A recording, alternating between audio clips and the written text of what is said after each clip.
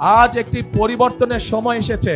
আজকে এই সবার মধ্যে দাঁড়িয়ে আমি হয়তো আপনাদের সামনে আমাদের অন্য রাজনৈতিক প্রতিপক্ষ যারা আছে সেই প্রতিপক্ষদের সম্পর্কে হয়তো অনেক কথা বলতে পারতাম, কিন্তু সেই প্রতিপক্ষদের সম্পর্কে যদি আমি কথা বলি তাতে জনগণের কি কোনো লাভ হবে?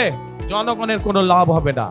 জনগণের লাভ তখনই হবে যখন আমরা পরিকল্পিতভাবে খাল খনন করতে পারবো। জনগণের লাভ হবে যখন আমরা পরিকল্পিতভাবে আপনাদেরকে স্বাস্থ্য সেবা দিতে পারবো।